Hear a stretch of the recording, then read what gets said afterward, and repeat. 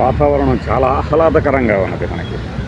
హైదరాబాద్లో ఎప్పుడు ఇలానే ఉంటుంది కాబట్టే మన సినిమా ఇండస్ట్రీ వాళ్ళు ఇక్కడ ఎక్కువ మంది పాతుకుపోయారు అని చెప్తూ ఉంటారు. అఫ్కోర్స్ మనకి భౌగోళికంగా ఉండే అనుకూలతలు ఒకటి. ఈ వీడియో దేని గురించి అంటే మహేష్ బాబు, ఇంకా బాబే ఉందండి, 50 ఏళ్ళు దగ్గర పడుతుంది కదా, మహేష్ రాజమౌళి చేస్తున్నటువంటి సినిమా టైటిల్ గరుడానా అని ఒక చర్చ ప్రారంభమైంది. ఇది రాజమౌళి టాక్టిక్స్లో ఒక భాగం. ఇప్పటిదాకా ఈ వీడియో మొదలు పెట్టేంత వరకు నేను ఈ స్టోరీ ఏమై ఉండొచ్చు అని మాట్లాడదాం, కానీ ఆసువుగా తట్టింది ఫ్లాష్ లాగా. ఒక చిన్న లోగో రిలీజ్ చేయటము, దాని గురించి ఊహాగానాలు, దాని తర్వాత పలానా హీరోయిన్ ఇన్స్టాగ్రామ్లో ఆయన ఫాలో అవుతుంది అనడము. ఆ హీరోయిన్ తీసుకుంటున్నారా, శ్రీలంకకు చెందిన ఆ యువత, నమీబియానా, జార్జియానా, అంటే వీళ్ళందరూ లేరు, నేను మామూలుగా చెప్తున్నా. అలా తెలియకుండానే సినిమా రిలీజ్ అయ్యేంత వరకు ఆ సినిమా గురించి ఇంట్రెస్ట్ క్రియేట్ చేస్తూ ఉంటారు. ఇంట్రెస్ట్ క్రియేట్ అవ్వడం కొన్ని విషయాలు. మహేష్ బాబు అంటేనే ఇంట్రెస్ట్, అంతే కదా. మనకందుకే కదా గుంటూరు కారం 222 రోజులు ఆడింది అని మనం పెడితే ఇంకా చూస్తూనే ఉన్నారు ఆ వీడియోని. అది పెట్టింది పిల్లి శంకర్రావు గారు, సీనియర్ అభిమాని, కృష్ణ గారి అభిమాని, మన నర్సరావుపేటలో ఉంటారు, చిన్న చిరు వ్యాపారి. ఆయన ఇచ్చిన సమాచారంతో ఒక చిన్న పోస్టర్తో చేసిన వీడియో అది. కానీ ఆయనైతే ఆ కామెంట్ పెట్టాడు, కానీ ఇంతవరకు నాకు అది ఇంకా ఆడుతుందా లేదా అనేది ఇంకా చెప్పాల.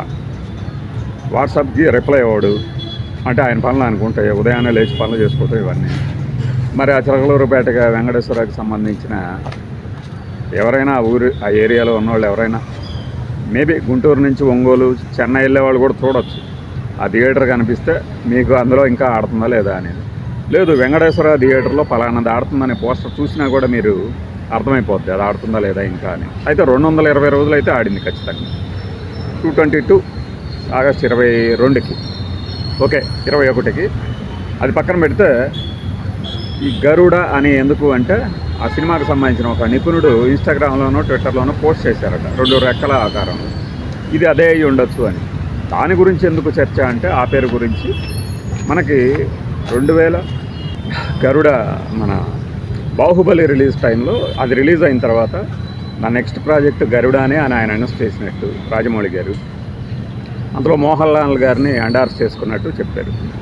ఈ నిన్నటి ఇష్యూ అదే ఆ స్టోరీ చదివిన తర్వాత నాకు గుర్తొచ్చింది. అప్పట్లో మోహన్ లాల్తో అంటే నేను అనుకున్నది ఏంటంటే, అప్పుడు మోహన్ లాల్ గారు అప్పటికేంటి ఇప్పటికి కూడా భారీ కాయలు. మరి ఈయన సబ్జెక్ట్లో హీరోలు కాస్త యూత్గానే ఉంటారు కదా, వయసులో ఉన్నవాళ్ళే. మరి ఎలాంటి సబ్జెక్ట్ ఇది ఎలా వర్కౌట్ అవుద్ది అని. కానీ అప్పట్లోనే అంటే 2012 ఆ టైంలోనే 1000 కోట్ల బడ్జెట్ అంటే, ఇది కొంతమంది ఏమో ఆశ్చర్యపోతే ఇండస్ట్రీని ఇన్సైడ్ వర్గాలు మాత్రం నవ్వుకున్నారట, కామెడీగా నవ్వుకున్నారట ఎగతాళిగా. కానీ బాహుబలి ఎప్పుడైతే 600 కోట్లు కలెక్ట్ చేసిందో ఫస్ట్ పార్ట్, ఇంకా ఎక్కువే అయి ఉండొచ్చు. అప్పుడు ఎస్, ఇతనికి ఆ క్యాలిబర్ ఉంది 1000 కోట్లకి అని. సో ఆ 1000 కోట్లు సాధించాలి సినిమా అంటే ఎట్లా అంటే, ఇట్లా వివిధ భాషలకు సంబంధించినటువంటి టాప్ స్టార్లని తీసుకొని ఒక మంచి సినిమా కనుక తీస్తే అన్ని భాషల్లో వాళ్ళు ఇది మాదే అనుకుంటారు. సార్వజనీనమైన ఒక కథని కనుక ఎంచుకుంటే, ఒక యూనివర్సల్ సబ్జెక్ట్ని తీసుకుంటే, అప్పుడు మనం హాలీవుడ్కి కూడా వెళ్ళొచ్చు అనేది ఆయన టాక్టిక్. సో దాని తర్వాత మనకి బాహుబలి 2లు, RRR సినిమాలు వచ్చాయి. ఇక ఆ తర్వాత 1000 కోట్లు అనేది నథింగ్ అయిపోయింది రాజమౌళి గారిని. అంటే మనం ఒకప్పుడు ఆశ్చర్యపోయిన విషయాలన్నీ సాధ్యమవుతూ ఉంటాయి. ఇప్పుడు అంతే కదా, 600 crores కలెక్ట్ చేసిన తర్వాత ఇప్పుడు ఈ సినిమాకి బడ్జెట్ 1000 crores కావచ్చు, 600 crores కావచ్చు, ఎంతైనా కావచ్చు, అది అవలేలగా కొట్టేస్తుంది అనే స్థాయికి వెళ్ళిపోయాం మనం.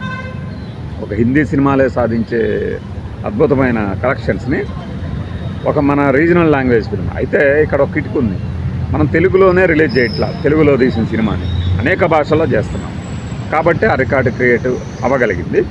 అయితే ఈ రికార్డుని మహేష్ బాబు చాలా ఈజీగా కొట్టేయగలరు. కేవలం తెలుగు సినిమాల్లోనే, అంటే తెలుగు లాంగ్వేజ్లోనే రిలీజ్ చేసి కూడా 200 కోట్లు కలెక్ట్ చేయగల సత్తా ఆయన ఒక్కడికి ఉంది. కాబట్టి ఇప్పుడు ఫర్ ఇన్స్టెన్స్ SSMB 29 అంటున్నారు, డైరీస్ అని. మనం దాన్ని గరుడ అనుకుందాం ఈ వీడియో వరకు. ఈ గరుడ కనుక అయితే టైటిల్ ఈజీగా ఆయన ఎక్కడికో తీసుకెళ్తాడు సినిమాని. ఎందుకంటే ఆయన చార్మ్ కానీ, కృష్ణ గారు రాజకుమారుడు సినిమా షూటింగ్ జరుగుతున్న టైంలోనే సోనీ వాళ్ళే వచ్చి మహేష్ బాబుతో ఒక హాలీవుడ్ సినిమా తీస్తాము. హాలీవుడ్ సినిమా అంటే మనకి ఇక్కడ లాంగ్వేజ్లో తీసి డబ్బింగ్ చేయటం కూడా కాదు, నిజమైన హాలీవుడ్ సినిమా హాలీవుడ్లోనే చేస్తామన్నా కూడా లేదు. మహేష్ ఇప్పుడిప్పుడే ఎదుగుతున్నాడు, ఒక్కొక్క సినిమా చేసుకుంటూ రావాలి అని చెప్పి ఇవ్వలేదట. అంటే 25 ఏళ్ల క్రితం వచ్చినటువంటి ఒక ఆఫరు ఈ రోజున ఇంకొద్దిగా ఒక వరల్డ్ లెవెల్లోకి వెళ్ళిపోయింది అనమాట. ఇది ఎవరు నిర్మిస్తున్నారు అనేది పక్కన పెడితే రాజమౌళి, మహేష్ ఈ 2 పేర్లు. రేపొద్దున ఈ స్పీల్బర్గులు మనకి ఇంకా ఎవరైతే హాలీవుడ్లో పెద్ద పెద్ద వాళ్ళు ఉన్నారు అని చెప్తూ ఉంటారో టెక్నికల్గా కానీ హిట్ల పరంగా కానీ వాళ్ళందరూ కూడా ఈ సినిమాని ప్రమోట్ చేస్తారు. ఆ ప్రమోషనల్ టెక్నిక్స్ టాక్టిక్స్ వీళ్ళకి తెలుసు బాగా. అలా ఈ సినిమాకి సంబంధించి మొదటి ఇది టీజర్ లాగా అనుకోండి. టీజర్ అంటే టీజర్ ఫస్ట్ గరుడ అనే టైటిల్. గరుడ అనగానే మనం అది అప్పట్లో చెప్పింది వాళ్ళు ఒకటి మోహన్ లాల్ లేకపోతే జూనియర్ ఎన్టీఆర్తో తీస్తారేమో అనుకున్నారట. లేదు ఇప్పుడు మహేష్ బాబుతో అవుతుంది కాబట్టి మహేష్ బాబే గరుడ అనుకుంటే అప్పుడేమో ఆ టైటిల్ని బట్టి ఇది పురాణాలకు సంబంధించిన సబ్జెక్ట్ ఏమో అనే ఒక అంచనా వచ్చింది. ఈ రోజున ఇది గ్లోబ్ ట్రాకింగ్ అంటే సాహసాల అన్వేషకుడు, ప్రపంచ యాత్రికుడు అనే ఒక అర్థంలో మహేష్ బాబు నటిస్తున్నారు ఒక పాత్రలో. సో ఈ కథ ప్రపంచం మొత్తం పరిగెత్తించే కథని అంటే ఈ పాత్రలు ఎక్కడికైనా వెళ్తాయి, ఏ మూలకైనా వెళ్తాయి. వెళ్ళి ఆ లక్ష్యం ఏంటి, ఒక మనకి ఉంది కదా లాస్ట్ క్రూసేడ్స్, మన అదే అమరీష్ పురి కూడా విలన్గా ఉన్నాడు. ఇండియన్ ట్రెజర్ హంట్లు కానీ ఒక సిరీస్ వచ్చాయి మనకి, మొన్ననే వచ్చేసింది అనమాట. ఈ మధ్యనే ఆ లాస్ట్ సిరీస్ కూడా వచ్చేసింది. అంటే ఒక నిధి కోసం అన్వేషణ, ఆ నిధి అన్వేషణ ఎలా ముగుస్తుంది. అందుకనే ఆ స్టోరీ వచ్చేసి ఇంత పెద్ద స్పాన్లో ఉన్నది కాబట్టి 1 కాదు 2 కాదు 3 పార్ట్లు కూడా అంటున్నారు. అప్పుడు ఈ గ్లోబ్ ట్రాకింగ్ స్టోరీ గరుడ అని పెట్టడం వెనక ఒకవేళ పెడితే గరుడ అంటే గరుడ పక్షికి మన గరుడ పురాణం కనుక చూసుకున్నట్టే గరుత్మంతుడు కానీ ఆయన తిరగని ప్రదేశం ఉండదు, చూడని ఏమంటారు థింగ్స్, అతని కంటికి కనిపించనటువంటి వస్తువు కానీ మరో విషయం కానీ ఉండకపోవచ్చు. సో ఆ ఏమంటారంటే సింబాలిజంతో 2 రెక్కల్ని వదిలేశారా. ఈ అన్వేషకుడు ప్రపంచమంతా చుట్టి వచ్చి ఏం సాధిస్తాడు, ఇలా రకరకాల ఊహాగానాలు నా మైండ్లో కొన్ని వస్తాయి, అలానే ప్రేక్షకులు ఇంకొన్ని ఊహించుకుంటారు. లేదు ఒక గ్లోబల్ ట్రాకింగ్ అంటే ప్రపంచం మొత్తం చుట్టబెట్టగలిగినటువంటి కథనం ఏమై ఉంటుంది, ఒక నిధి లేదంటే ప్రపంచం మొత్తంకి తెలిసినటువంటి ఒక రహస్యాన్ని ఏమన్నా ఛేదిస్తాడా. ఇట్లా అనేక రకాలుగా వాళ్ళ మెదళ్ళకి పదును పెట్టుకుంటూ ఆలోచిస్తూ ఉంటారు. ఈలోపు ఏం చేస్తారంటే రేపొద్దున ఇంకొక లుక్ రిలీజ్ చేస్తారు మహేష్ బాబు. ఆల్రెడీ ఆయన గడ్డము జుట్టు బాగా పెంచేసేసి గడ్డం పెంచి అంటే అది ఎలా ఉందంటే ఈ ఒక 1.5 year బ్యాక్ జాన్ విక్ది చూసి మన మహేష్ బాబు సర్కార్ వారి పాటతో ఏదో పెట్టారు, స్టిల్ పెట్టి జాన్ విక్ బాబులాగా ఉన్నాడుగా. నాకు ఇంట్రెస్ట్ అనిపించింది, ఏంటి జాన్ విక్ ఎవరు అంటే అదొక వెబ్ సిరీస్ చూశాను నేను. 4th సిరీస్ చూశాను, ఎండ్లో చచ్చిపోతుంది. ఆ ఫైటింగ్స్ కానీ దగ్గరికి పేల్చడం కానీ అవన్నీ చూశాను. ఇప్పుడు మహేష్ బాబు లుక్ ఏంటంటే సో ఆ హాలీవుడ్ ప్రేక్షకులకి ఎక్కువ దగ్గరైన క్యారెక్టర్లు కానీ వాళ్ళందరికీ పాపులర్ అయిన క్యారెక్టర్లు జాన్ విక్ కావచ్చు, ఈ మన జేమ్స్ బాండ్ క్యారెక్టర్లు కావచ్చు, లేదంటేనేమో మన కౌబాయ్ క్యారెక్టర్లు కావచ్చు, వీటందరి లుక్ని తీసుకొని ఒక కామన్ ఇది చూడగానే ఒక హాలీవుడ్ హీరో ఇలా ఉంటాడు జనరల్గా అనిపించే లుక్ కోసం మహేష్ బాబు కోసం ట్రై చేస్తున్నట్టు అర్థమైంది. మహేష్ బాబు ఈజీగా అలానే ఉంటాడు, మనమేం ప్రత్యేకంగా ట్రై చేయగల. అయినా కూడా కొంత బాడీ బిల్డింగ్.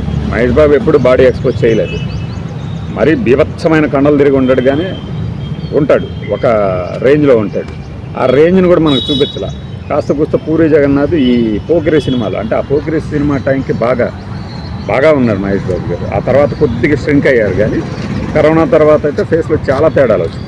అప్పట్లో ఆయనకి మానసికంగా తగిలిన దెబ్బలు, అమ్మగారు అన్నగారు నాన్నగారు ముగ్గురు చనిపోవడం, ఆయనకి కరోనా రావడం, ఇలాంటి దెబ్బల్ని తట్టుకొని ఇప్పుడు ఒక మళ్ళీ చార్మింగ్ లుక్కి వెళ్ళాలి అంటే కొంత టైం పడుతుంది. ఇటు ఈ సినిమా షూటింగ్కి వెళ్ళేసరికి ఇంకొక 6 నెలలు సంవత్సరమైనా పడుతుంది. కాబట్టి ఈ లోపు అది లుక్ ఖచ్చితంగా వస్తుంది, ఆ డైట్ కానీ ఇంకోటి కానీ. అలా మహేష్ బాబు సినిమాకి సంబంధించినటువంటి ఒక అప్డేట్ ఏది వచ్చినా సరే ప్రేక్షకులు చూడటానికి ఇంట్రెస్టింగ్గా ఉన్నారు. దానికి నిదర్శనం నేను ఇప్పుడు చేస్తున్న ఈ 10 నిమిషాల వీడియో మీ అందరికీ నచ్చిందని ఆశిస్తున్నాను. బై.